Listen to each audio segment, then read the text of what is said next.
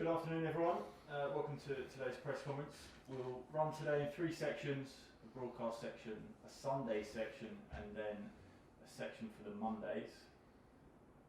Let's find Carve to get us going.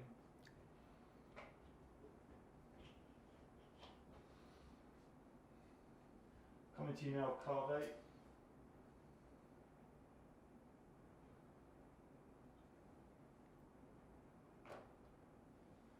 Hi Frank. Hi, hello. First of all, I just wanted to ask you some injury news. Have Ziyech and Hudson-Odoi been training, and is there any chance of them being back in time for this game? It's their first day back with the group today, training at a decent level. So I'll have to see how they are the next 2 or 3 days to see if they make West Ham. Are there any other injury updates at all? No. Okay. Obviously, yesterday it was decided that there weren't going to be 5 subs going forward. How much of a blow was that to you and your players, as far as you're concerned? Well, I don't want to talk about it in terms of being a blow. It's just when we spoke about it as managers, the overriding factor from the managers, whether they were maybe for or against, because I think there were different factors to this, was that this is a case of player welfare and making sure that we're looking after the players and giving them the best opportunity to perform at an optimum level and not putting them at risk as such because of the uncertain times and the schedule. And that schedule gets tougher because, for instance, we play 2 games in 2 days over Christmas. So I think it would have been really beneficial for player welfare. Normally, I think the modern day player welfare, employee welfare comes out on top. I don't think it quite has this time. But the decision's made and we just carry on. Just turning to the game against West Ham, obviously under David Moyes, they've made a lot of progress. In the past, they've been involved in a lot of relegation battles. Now they're, I think, just 1 point behind you. What do you think of the job that David Moyes is doing there? And have you seen them progressing season by season recently? Yeah, I think he's doing a great job.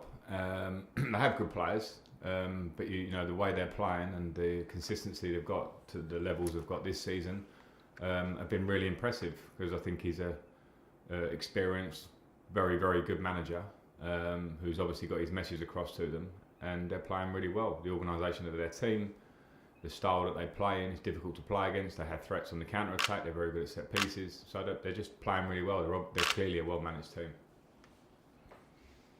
Does it mean more to you when you play against West Ham because of your history with the club and also your father's record of playing for West Ham?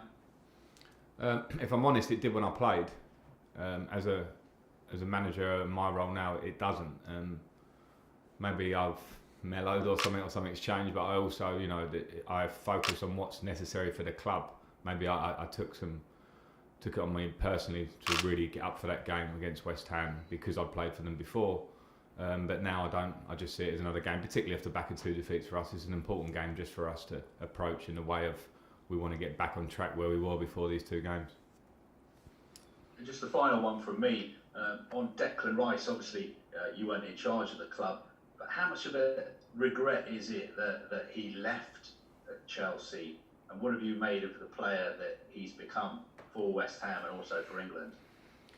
Well, he's a fantastic player for West Ham and England, so fair play, because his journey there of leaving Chelsea and going to West Ham, it's a good story to hear because there are lots of those stories for different reasons to whatever level, and that shows a strength of character.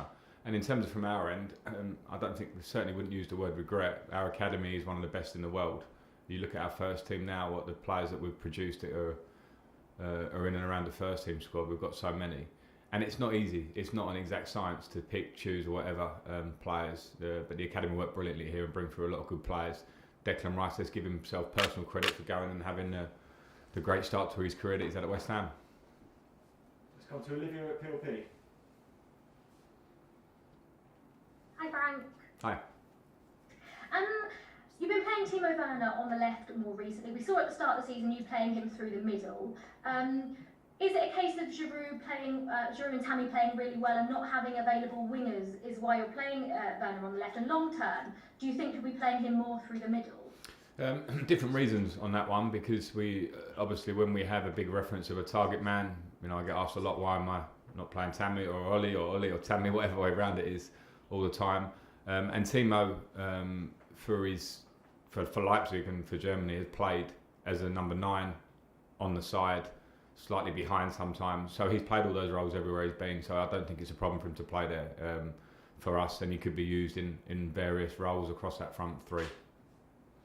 And also, just a quick question on Kai Havertz.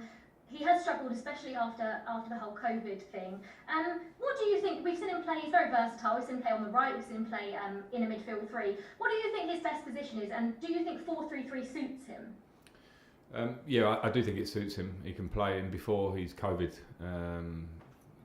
period, he was playing very well on the right side of the 8, in the 8 position for us, and I think he can play various positions. He said that, but of course consistency in a position is sometimes a good thing, and that's what I want to get for him. But I think the reaction around Kai is, when you look and you really analyse what's happened here, Kai came in without any form of pre-season, just started to really play well early in the season and gets COVID, and now comes back, and all eyes are on because of the price tag. But I think we must have huge perspective here. I've mentioned some of the greatest players the Premier League's seen have taken time to succeed in the Premier League. Some of them have been and gone away and come back to the Premier League and become great players, and we all know who those examples are.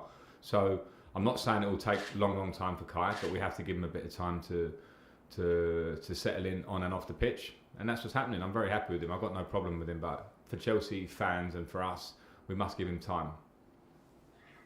And just one final question. Against Wolves, we saw Pulisic obviously play on the left, and he was causing Semedo some real problems whenever he did, and then he made that switch to the right. Is that something that you as a manager tell them to do, or is that up to the players to make that switch during the game if it's, say, not going well? Yeah, that's my decision. It can happen sometimes in game for how the game pans out and players cross over, and in those terms they maybe stay in that position for a while until they can cross back. But those are my decisions, because I have players on the wings that can play on both sides. Not all of them. Hakim Ziyech clearly has been more of a player that plays on the right, but with Timo, he's played left and right of a front 3 in his previous teams. The same for Christian, played left and right for Dortmund and did the same for us last year. And sometimes you feel like it could give the opposition a problem. When Christian moved to the right against Wolves, he dribbled into their box, went on an amazing run, nearly created a few things. So I like to see to have the option to change them at times. Let's finish this section with one from Nick. Hi Frank, thanks for your time as always. Just wondering, after the busy summer, would you anticipate doing any business in the January window? We know it's a really difficult window anyway. And just on Timo, obviously 8 games without a goal, that's not a particular problem. I'm sure you think he's got the strength of mind not to worry about the numbers in that way. Obviously strikers always want good numbers for goal return, don't they? But it's all swings and roundabouts, isn't it really? And I'm sure he would view it in the same way, would he? Yeah, firstly, I don't know about January, and I'll consider January when it's here. So I've got the squad, and we're working hard at the games that are in front of us. With Timo, yeah, any goal scorer will want to score regularly. Simple answer, but must have the mental toughness and confidence to go through periods, because everyone will go through them. Absolutely every striker. There's not been a striker in the history of the world that can manage to score game in, game out for a long career. So there's no problem on that front. He needs to remain confident. He needs to keep getting in the areas, and those goals will come without doubt. Okay, that finishes the broadcast section. We'll now move to a Sundays, which will be